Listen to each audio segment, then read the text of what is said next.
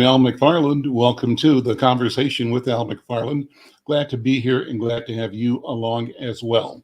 Today is Tuesday, October 3rd, 2023, and we're switching the format around a little bit. I've got the great fortune of connecting with my friends, my companions, I call them, in a format where we discuss some important topics, each of us leading part of the discussion over the course of the next hour. I'm going to begin by, however, reminding and inviting all of you to support this show, The Conversation with Al McFarlane, by subscribing. You can go to YouTube and find The Conversation or YouTube Insight News. Be a subscriber, share, and like. We want to get more of you engaged, and I'm particularly reaching out to all of our friends on KFAI. I want to have and invite as many as you as possible to become subscribers to the show. Go to the YouTube Insight News, become a subscriber, like, and share. Well, today I want to begin GOP debates. So as you know, the 7 GOP presidential rivals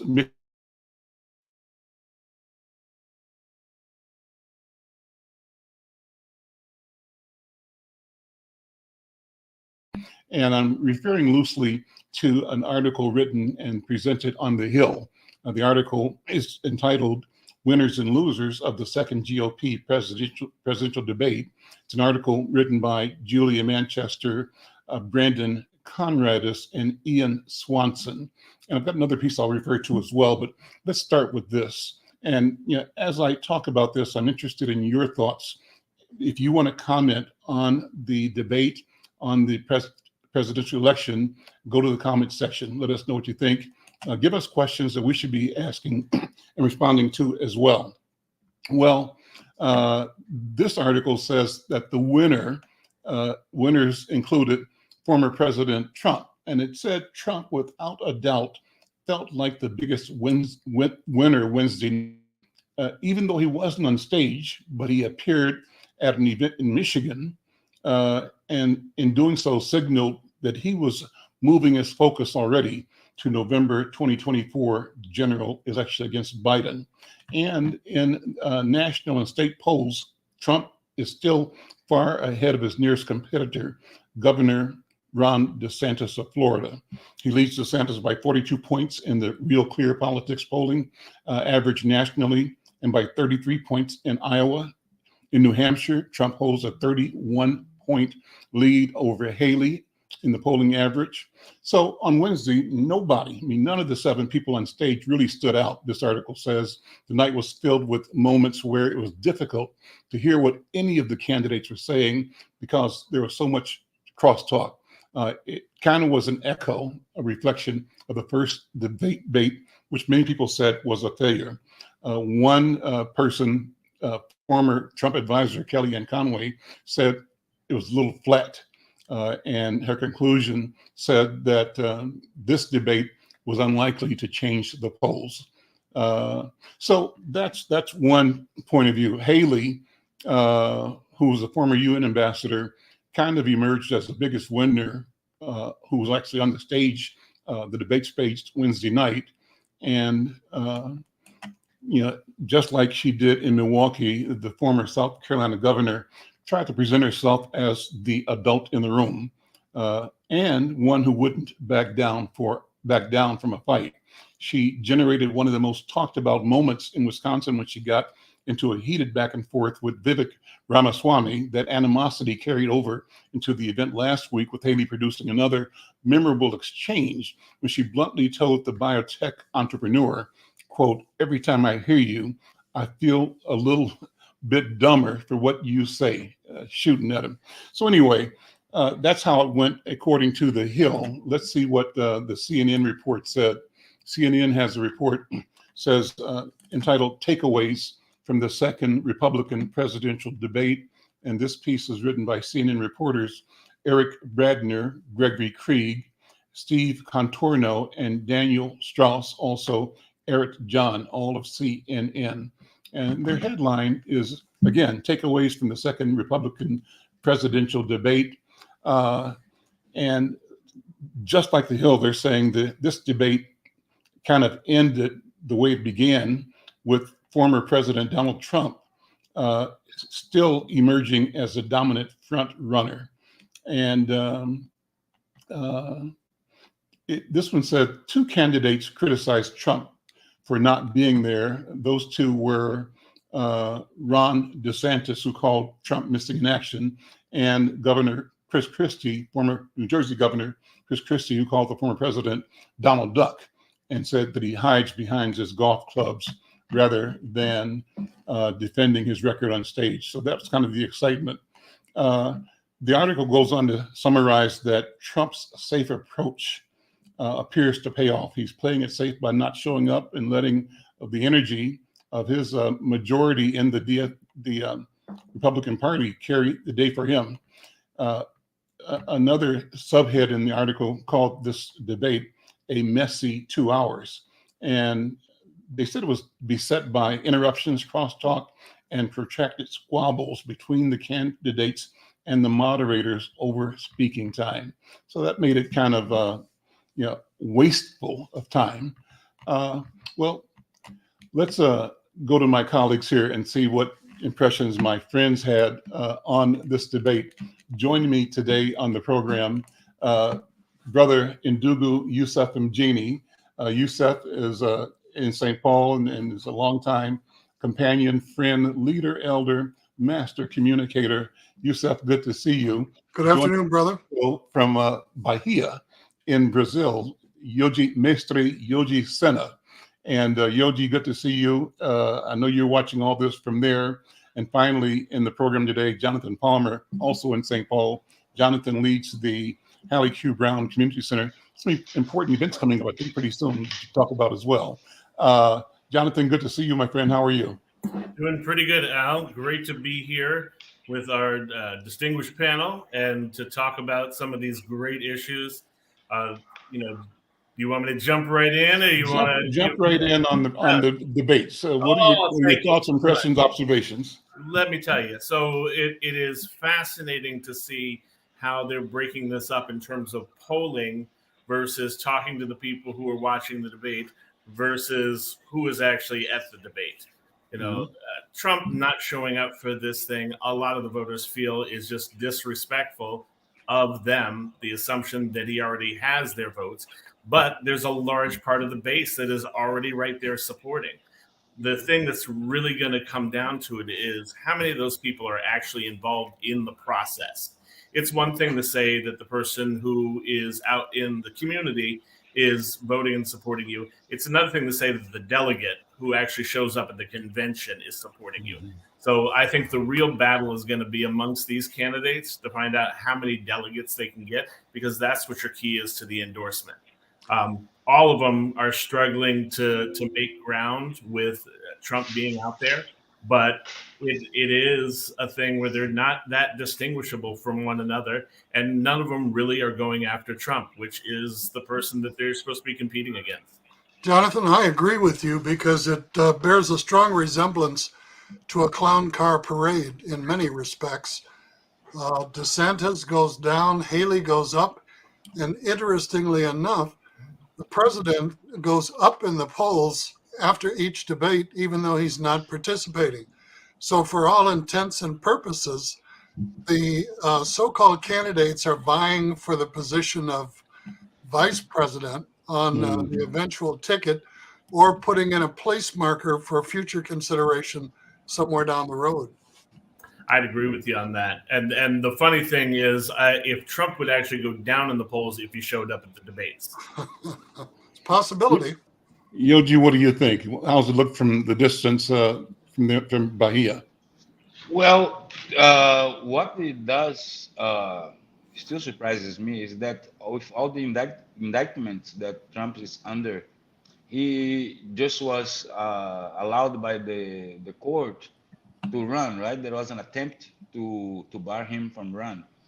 So I agree for all of that being said about him. He is counting for sure, on the votes of people, and he must believe that if he become present in the debate, he gonna shoot himself on the foot. So he's better staying whatever he is, and instead of engage with the other candidates. If I Yogi, was a Republican myself, huh? Go as ahead. my grandmother used to say, whenever someone would appear on TV and be accused of a crime, the boy must be guilty, otherwise they wouldn't have charged him with all that.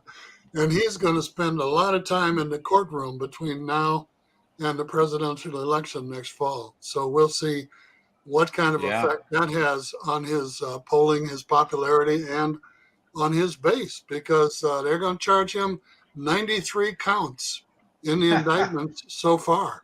And the common denominator in all 93 indictments is Donald Trump. So whether that's going to wear on his image or not remains to be seen. And 40% of the voting public in the Republican Party tend to want to support him no matter what.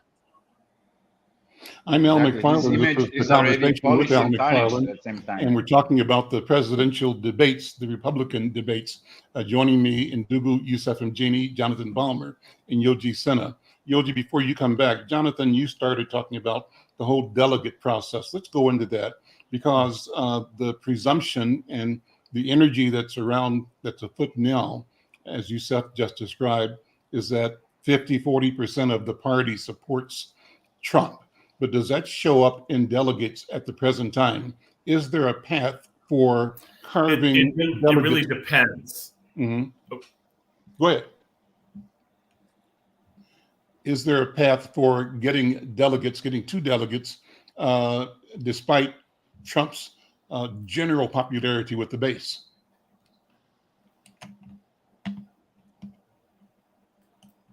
Jonathan. Jonathan, well, Youssef, you take the question if you would. Well, depending on the presidential primaries, Al, I think that will break down who the eventual nominee is. And at this point, the long money is on Donald Trump becoming the party's nominee for president on the Republican ticket. And whether or not that changes remains to be seen. And the delegates count with it. Jonathan, we lost you for a second there. Go ahead. So the question I was raising, Youssef responded. I want your response as well. Is there a path for another candidate, any of them, to cobble an endorsement or a nomination? Obviously, Trump is counting on the broad public base support, but all of those are voters. They're not delegates. Is there a strategy that allows somebody else to cobble enough delegates to block Trump's nomination or to get a nomination? What do you think? I think that it is a possibility. What you have here is that within the delegate process, the number of people who actually end up supporting Donald Trump is going to be the key. And right now, I think all of those candidates will be splitting a lot of the people. And as the nomination process goes forward, you're going to see some of them drop off. Some of the lower numbered ones will drop off, and the others may be able to consolidate based on some sort of agreement. If I make it, you go ahead and you be a vice president or a cabinet post or something like that. Trump is going to run no matter what, whether he gets the nomination or not.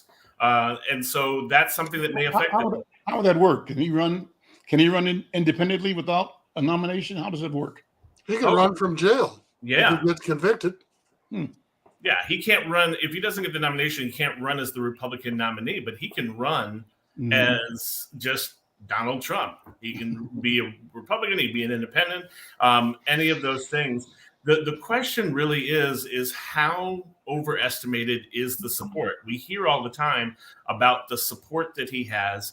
We hear quietly about people who are already in office or at the leadership level who are tired of what he is doing, but don't know how to stop him.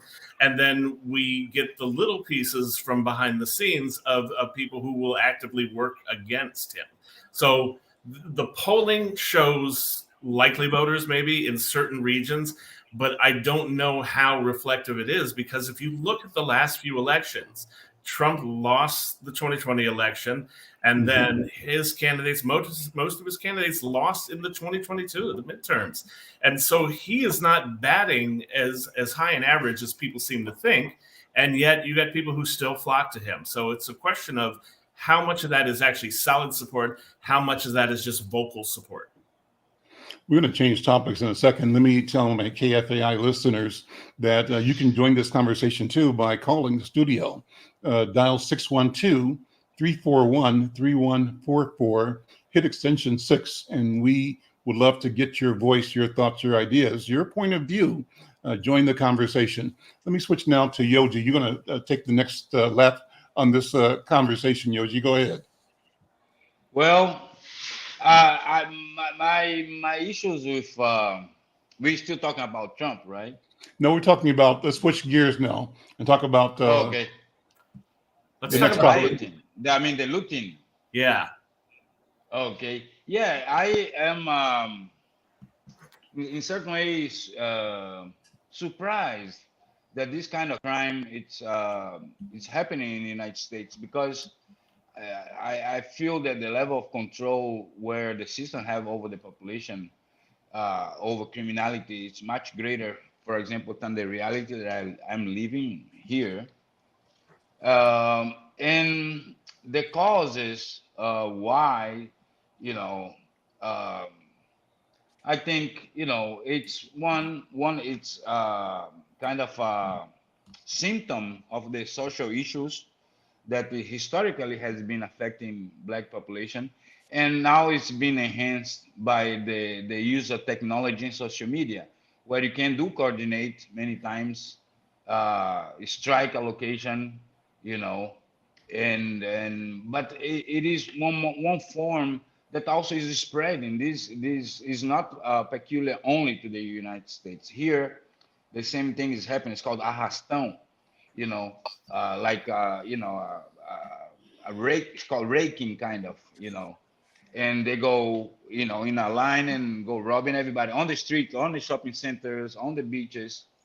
They do not target specifically a store or a department store, but they do target people. So and it's a practice that is happening here for a long time. So it's the reverse now, that in certain way the United States mirroring what's happening here, where generally it happens the opposite.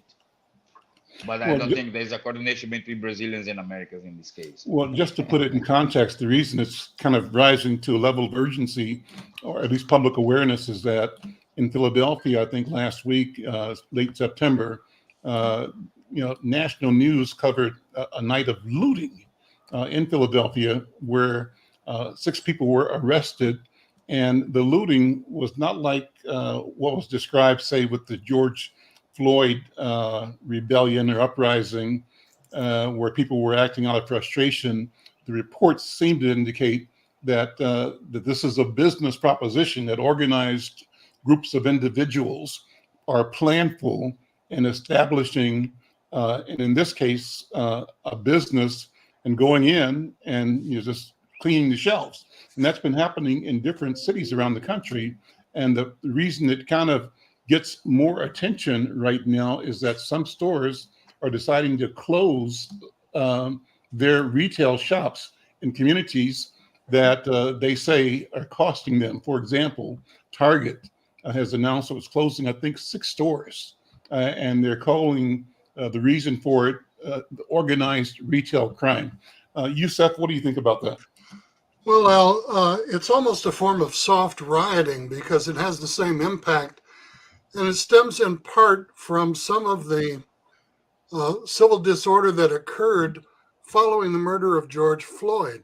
And I would agree with you that it is more of a business or consumer operation, because the items that are being stolen are the items, as was mentioned prior to the show, that people cannot purchase with food stamps, or that can easily be resold to the public for cash money. And unfortunately, the end result is that we have grocery desert islands where we don't have grocery stores in low-income communities. We're going to lose discount stores and have a similar desert island in those communities where these wildings or mass lootings are taking place. It is young people who are largely participating, who are largely frustrated, who believe that through the pandemic, through the stimulus checks, that a lot has been done for adults. And they're wondering, are they going to have to take their turn, or is this the only way to call attention to the gap between what's available for young people and what's available for adults? So, it's real sad to the degree that these stores are now going to be closing in communities where they're desperately needed for low-income people, and that a lot of people, because of photo identification by law enforcement agencies, are going to subsequently be arrested, be convicted, and be sentenced to correctional facilities for their participation in these destructive events. Let me throw a wild theory out. And Yusuf, I like what you're saying. That makes sense to me from a real societal standpoint, and the frustration of the way our system is set up. And we're just now starting to peel back the layers as we see what systemic racism has done. We see what happens with the low investments and how our society has been created. Wild theory is looking at how organized this is. This has been commented on about how organized it is. They're quick, they come in, they go out. What is the possibility that this is an organized effort and it is about destroying the livability in a community purposely for economic means? Meaning that, are they creating so much disruption that when stores close, other businesses will come in and buy up the land and do something with it? Or are they creating some sort of idea that says we need more public safety? Are any of these organized towards a more political agenda besides the one that you have raised, which I think is much more legitimate from a social outcry? But I could also see some effort around championing the cause for more money for public safety, or championing the cause to be able to disrupt an area so that you can buy up the property at cheaper rates, because the property values are going to go down with this. And it's going to be something that somebody who is looking to make a profit could go in and do that. Well, the property values are going to go down. The insurance is going to go up. And whether it is being organized from outside the community or is simply a copycat initiative that, like dandelions, gets put out here and then pops up in the neighbor's lawn. But I think we should not forget the possibility that being the proximity of the elections, and that we have notices that in the prior elections, there were manipulations that, for example, Black population were target of operations of Russians. So also, I might be wide thinking here, but also that could be because part of an operation of disrupting communities and causing all of this, decreasing of property values, all these other things that happen, along with also is a symptom of disenfranchising that is manifesting now also in this new form, but also might be, because of such coordination, can be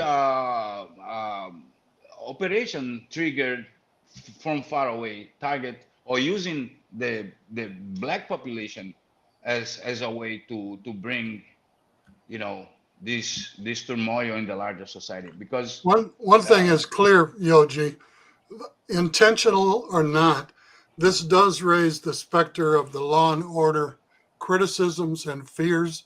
And those candidates who play that race card during the election are going to enjoy the support of those people who fear that this type of behavior is only going to increase.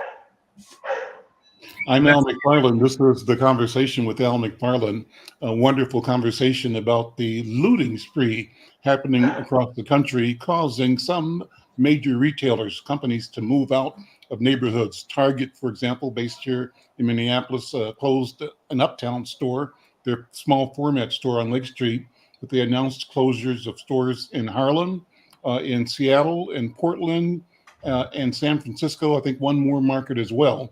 And the question becomes, what's the impact of stores like that, of retailers like that, moving out of our communities? That's what we're discussing right now. Well, if you're listening here on KFAI, love to have your thoughts, your comments, your feedback. Two ways to connect. One, call the studio line, 612-341-3144, extension 6. 612-341-3144, extension 6. Or if you're listening online, drop a note in the comments section. We want to have your voice as well. And I think that gives us time to pivot to the next topic, I believe. Jonathan, is that you? Yeah. Yeah, it is me. But I've got actually a nice segue about this. So one of the pieces that I want to step back on with the lootings, when these stores closing, it raises a real question around the need for that because of how much money these corporations make. When they start talking about they're closing a store in a community that needs it because it's costing money and the money is going down, why not improve the safety of that store and the surrounding community?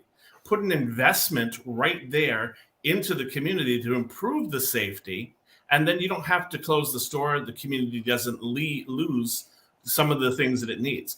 And that ties right into the strike issue, because what we're talking about is profits at the top for the companies and what the impact that has.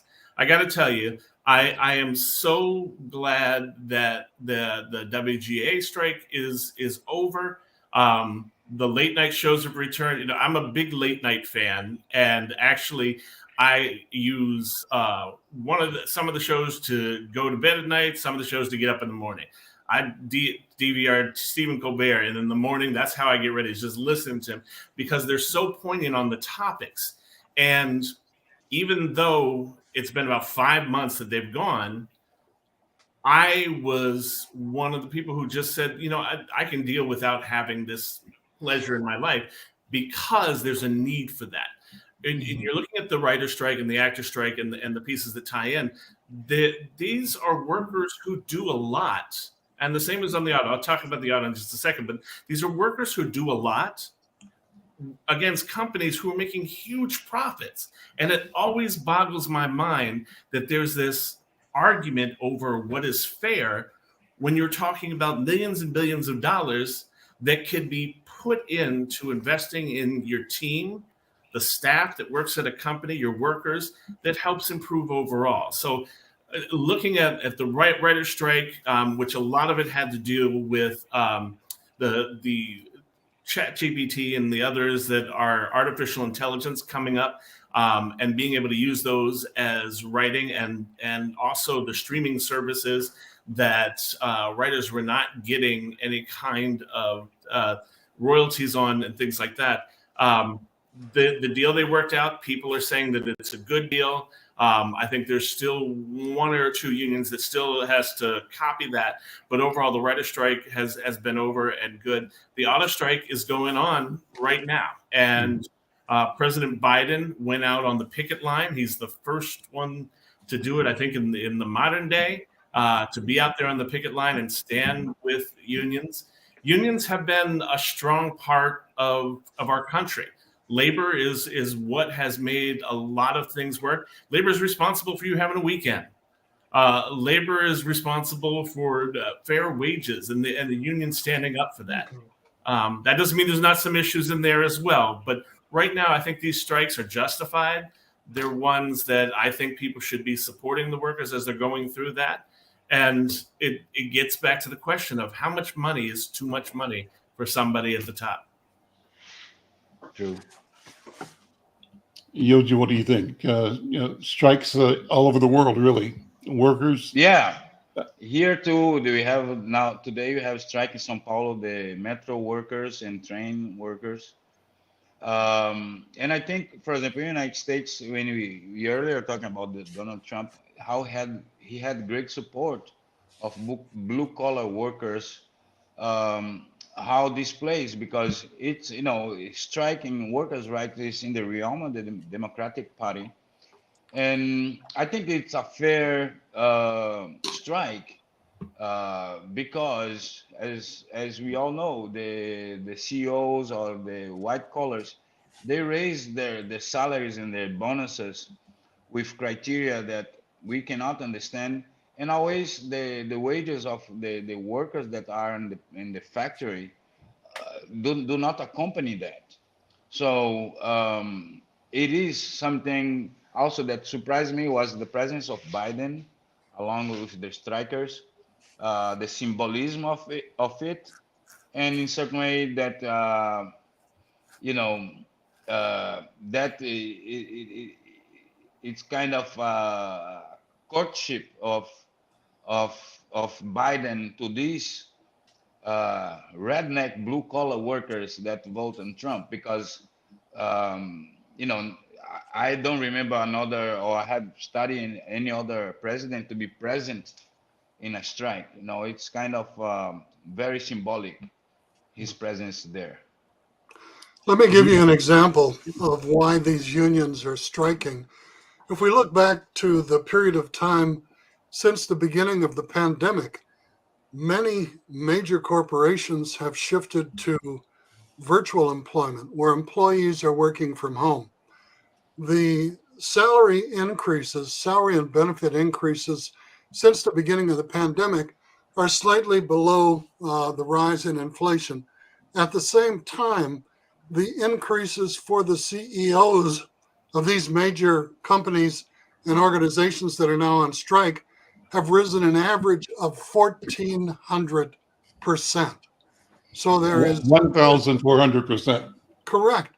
So there's great cause for the disillusionment and the frustration with people on the line, with safety, with working conditions, with benefits, with retirement contributions and conditions, and the general welfare of the workers in the workplace. So we need to take a fisheye view and look at the entire organization from the boardroom to the boiler room to really gain an understanding of why these organizations are having labor strifes and what the real issues are that people are debating.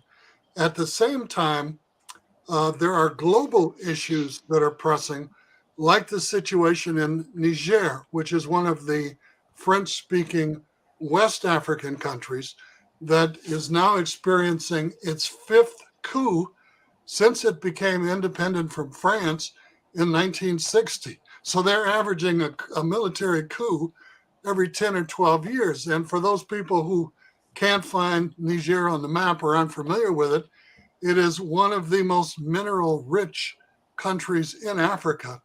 And we used to say something back in the 60s, we'd say during the great strides toward African independence, under colonialism, somebody else shoots you. Under neocolonialism, you get to shoot yourself. So even though Niger gained its independence from France in 1960, it still had a significant neo-colonial presence of French military throughout the country.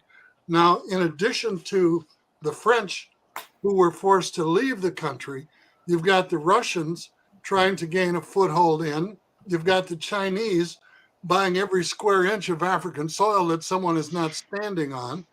You've also got Al-Qaeda or the jihadis who are very strong in Mali and in Burkina Faso, two of the neighboring countries to Niger, who are trying to gain a foothold in that country and strengthen their presence and their influence. And the question remains, where do we go from here? Will the military acquire stability, acquire true independence, and then turn the reins of power over to a civilian government, or will they seek to retain their presence at the top of the political pyramid? Meanwhile, in all of the French-speaking West African countries, the major issue is significant poverty, despite the mineral riches, and also the significant neocolonial control by either France or outside countries who are investing in those West African countries.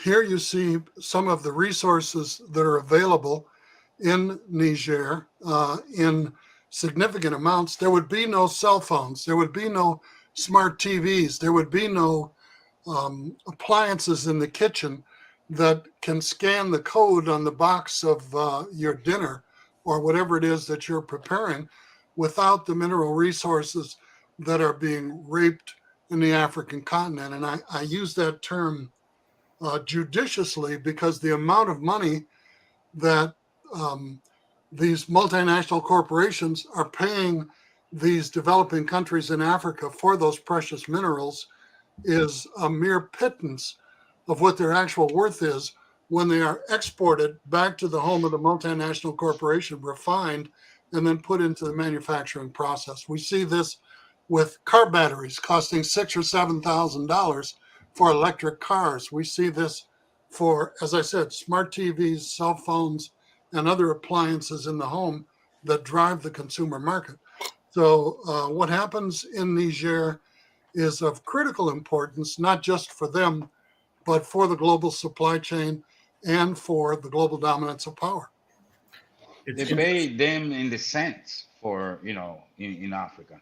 Also, it's worth to remind of all the colonial system, the French.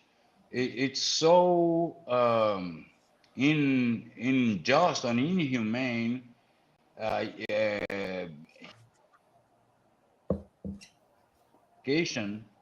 that we see this in Haiti, we see in all the Francophone countries where they are nominally independent, but still France dominates their economy. They rule their currency. They have the reserves in France. So it's still just they're independent in the paper, but they are not independent. The French post-colonial system is very sophisticated, and if you notice, it's the succession in certain way in the French-speaking country, those rebellions and those coups, It's interesting because yes, that post-colonial, sort of like the post-slavery world and the American prison system that's here in the United States. What I think is very important to remind people is this global economy started from the transatlantic slave trade. Exactly.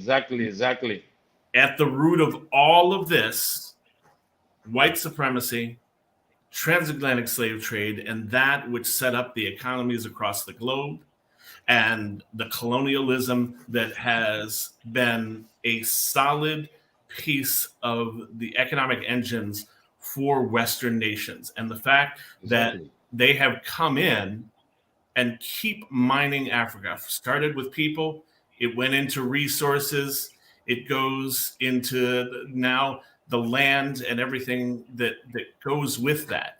And what you see across this globe is those pieces impacting governments, impacting world economies, impacting countries.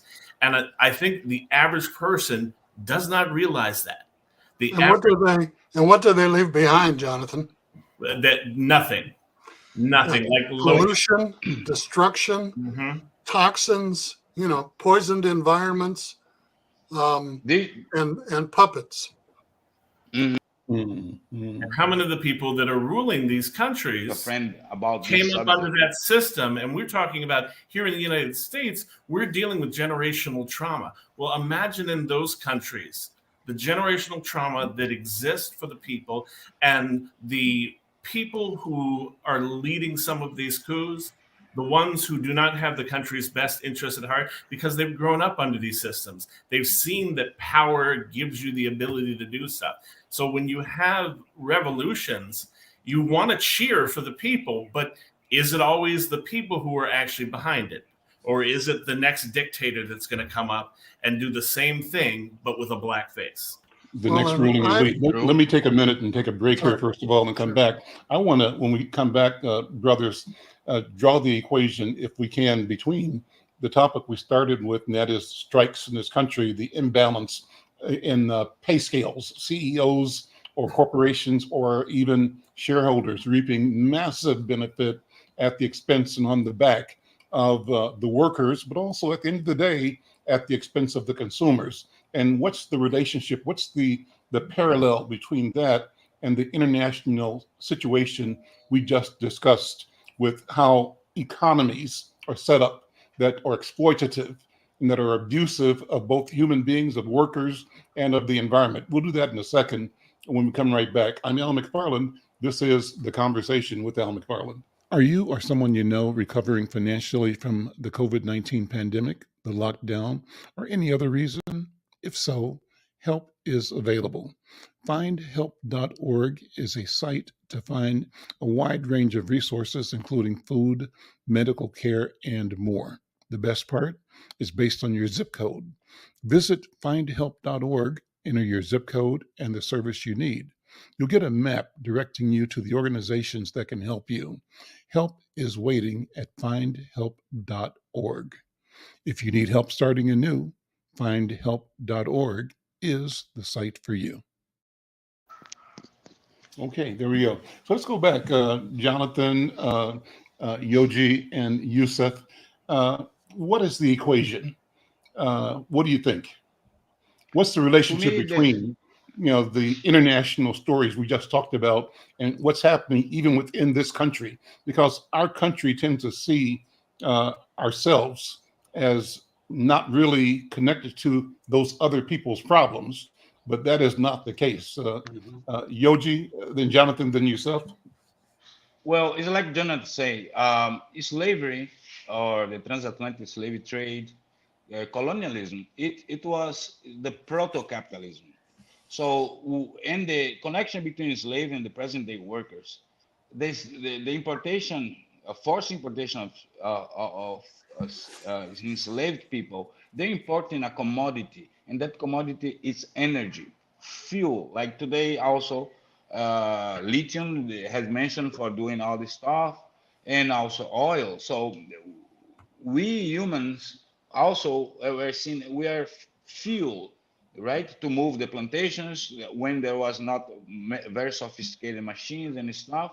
So and the workers are fuel, right, for corporations and their CEOs make money.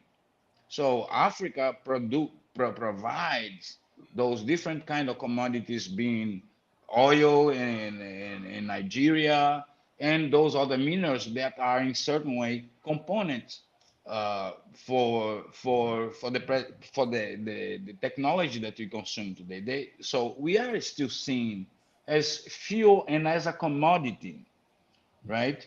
And we are treated accordingly. Be the workers in the U.S., be the workers here, being the populace in Africa, they shifting back and forth now, taking the production. Why the production of industrial production moved to China in a moment in the past? Because the people were fueled. There was cheap labor to do, and now they're looking somewhere. Now here in Brazil, they mentioned to make Paraguay like a mini China for Brazil. Because it's in the near shoring, the concept, right? That they are moving after the pandemic with the crisis of the commerce chain.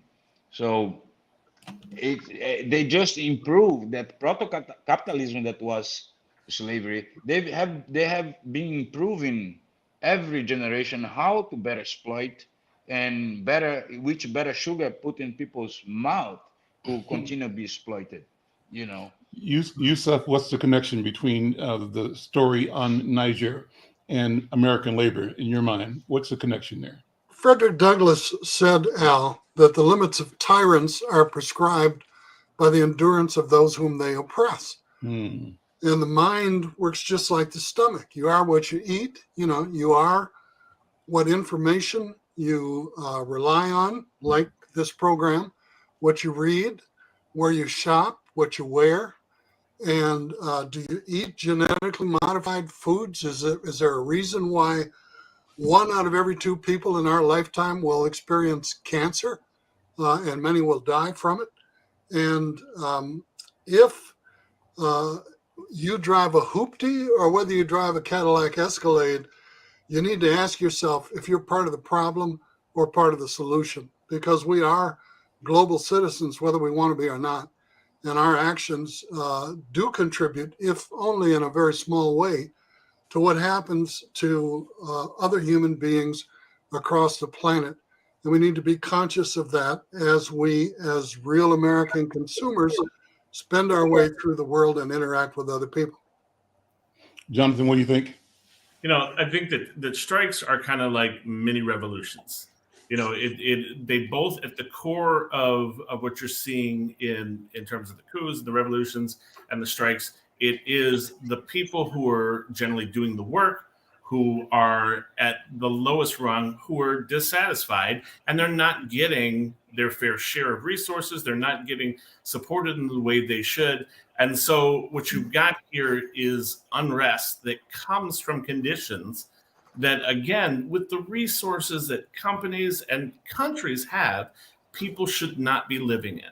People should not be subjected to.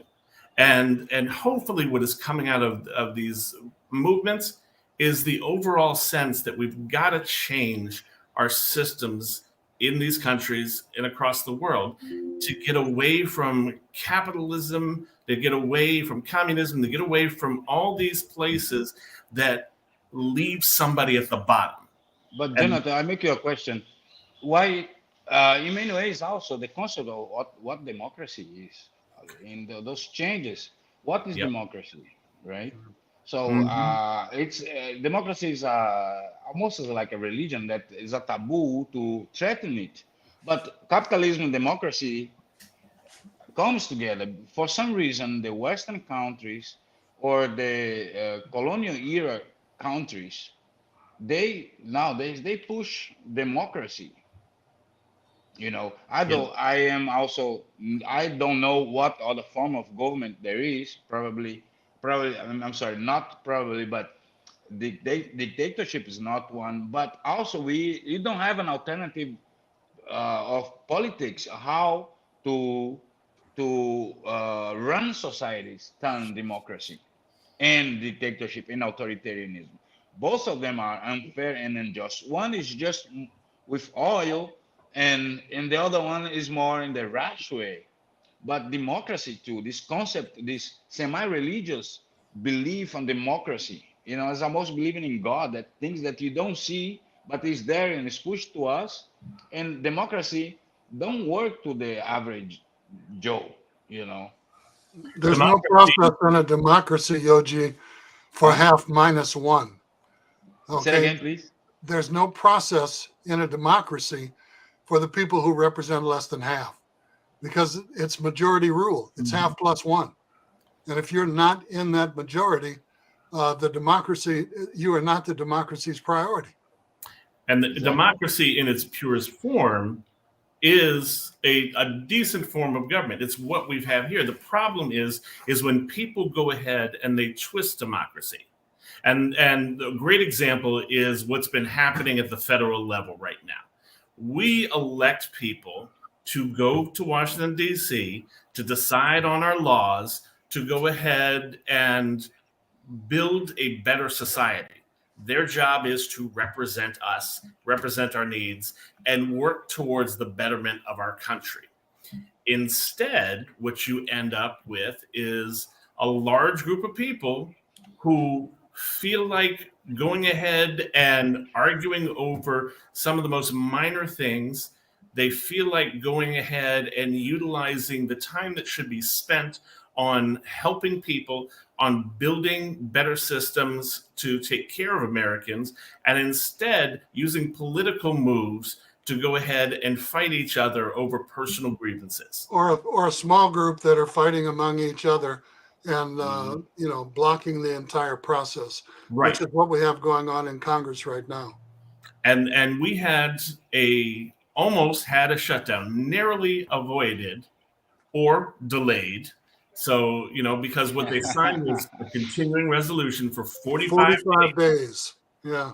45 days to work out. And I don't know that everybody fully grasp what this is about.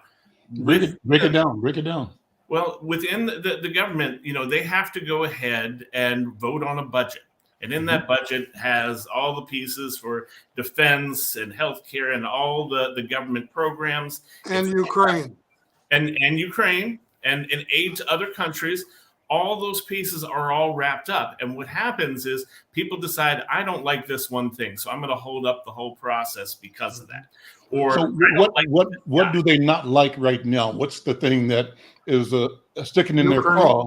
Money for Ukraine. Like they should shut the government down if they don't get their way. What is it? Ukraine was a big one. So in order to get this continuing resolution going, they pulled out Ukraine from the package. And the debt.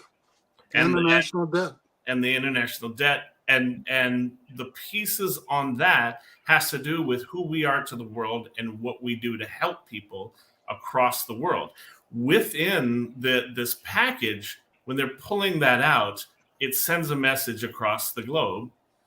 And you have people squabbling over that, but also Congress is supposed to be able to work together.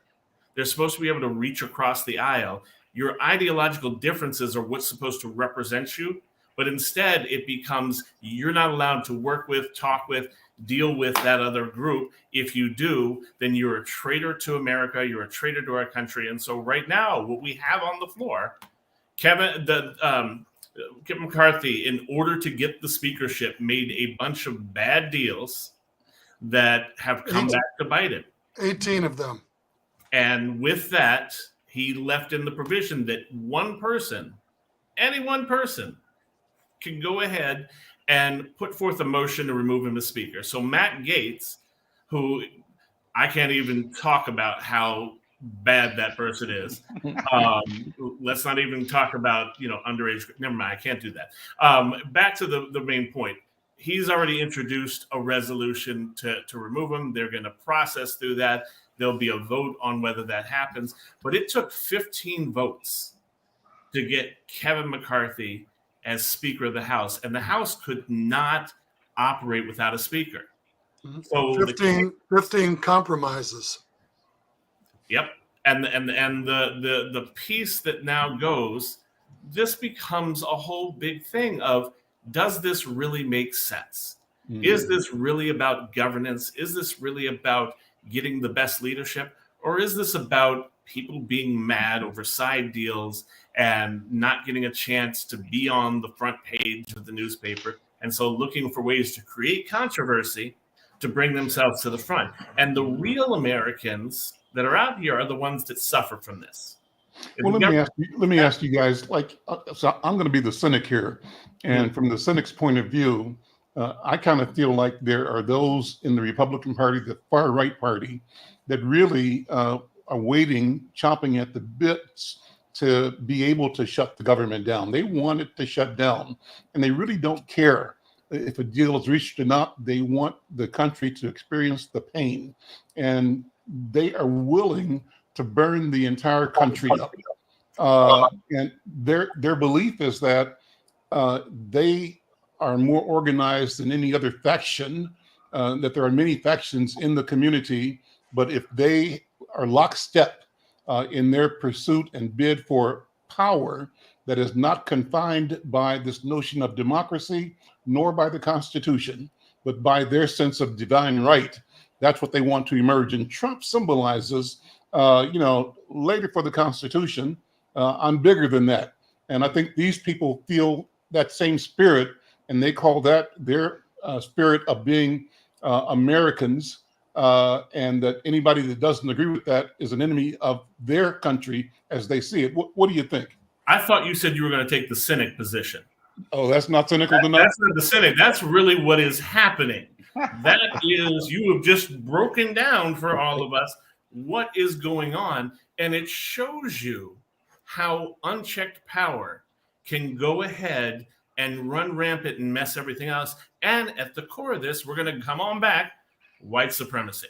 Because at the core of this, you have Donald Trump representing that, representing this idea of I am America, America is me, and whatever I want to do, I can do. And how dare you put me under indictment? How dare you take me to court? And the people within that same group, Lauren Boebert out there talking about moral rightness and then getting caught in the middle of a theater, messing around, doing things that she should not be doing things that Paul Rubin got in trouble for in an adult theater, and she's doing it in Beetlejuice. So what you have is hypocrites within that group. People who go ahead and shout about democracy, but don't understand what democracy is. And their whole idea is to burn things down because they profit off of that. Look at the book sales, look at the t-shirt sales, look at all the stuff, the fundraising that has come out of being able to shout about those people over there are going to take your stuff if I'm not here to protect you, to stand for you, and save America. They're called the Freedom Party, and they're a minority within the Republican Party. And I mentioned earlier that there's no process in a democracy for people who occupy that less than half plus one position. They're not a significant bloc in terms of total mass, but they do have enough members, slightly more than a dozen, to be able to withhold the support necessary to carry the Republican agenda forward. And they have indicated that unless they get what they want, they are not going to vote with the Republican bloc. So they're fighting among themselves for who is going to control the Republican Party. And Donald Trump did not take over the Republican Party. What he did was reveal the Republican Party, okay, so that people can truly see what their priorities and the direction is that they would like to take the country in. I rest my case. See, I tell you, they've had this whole issue about decorum, and they were going to change the dress code for John Fetterman. I think there's some people on that side that don't want the dress code changed because somebody will accidentally show up in a sheet one day, and they don't want that being revealed. Yogi, final word for you. We got about 30 seconds. I think those people are sadistic, basically.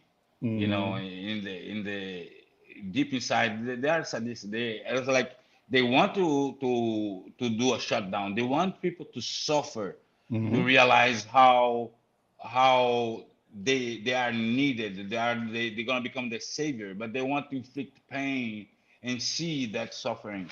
You know, that's gonna reward them inside. That they're gonna be happy, and it is like all these assessments are very, very clear what it is. I just want to add that those are sadistic people. They rejoice on people's suffering. Listen, gentlemen, thank you all so much, brothers. Brother Ndugu Yusuf Mjini, thank you so much, Yusuf. Brother Jonathan Palmer over at Hallie Q. Brown in St. Paul, and Mestre Yogi Sena joining us live and direct from Bahia, Salvador, Bahia. I'm Al McFarlane. This is The Conversation with Al McFarlane. Thank you for listening here on KFAI and watching, engaging across our social media platforms. Remember to go to Insight News, YouTube, and subscribe, like, and share. We'll see you next time.